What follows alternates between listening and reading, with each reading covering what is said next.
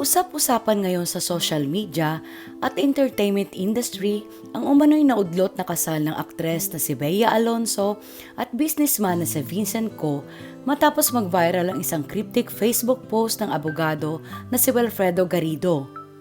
Bagamat walang direktang ibinanggit na pangalan sa naturang post, mabilis itong iniugnay ng mga netizens kina Bea at Vincent dahil sa mga kumakalat na balitang umano'y nakansela ang kanilang planong kasal sa Spain ngayong buwan ng Mayo. Sa mahabang pahayag ni Atty. Garrido, ibinahagi niya ang umano'y ilang probisyon sa reverse prenup agreement ng isang celebrity couple.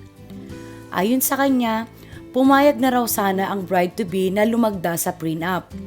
Ngunit nagkaroon umano ng dagdag ng mga kondisyon na wala ng kaugnayan sa usaping ari-arian o kayamanan.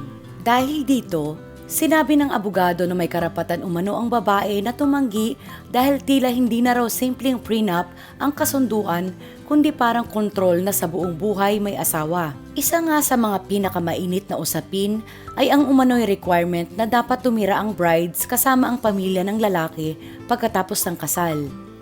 Para kay Garrido, hindi raw ito makatarungan dahil mahalagang magkaroon ng sariling espasyo at kalayaan ng mag-asawa. Binanggit din niya ang probisyon na di umano'y bawal magtaas ng boses o sumigaw kapag nag-away ang mag-asawa. Para sa abogado, hindi raw makatotohanan ang ganitong kondisyon dahil normal lamang sa magkapareha ang magkaroon ng emosyon at pagtatalo paminsan-minsan. Ngunit ayon pa sa abogado, ang pinaka-deal breaker umano sa lahat ay ang usaping tungkol sa custody na magiging anak sakaling maghiwalay ang mag-asawa.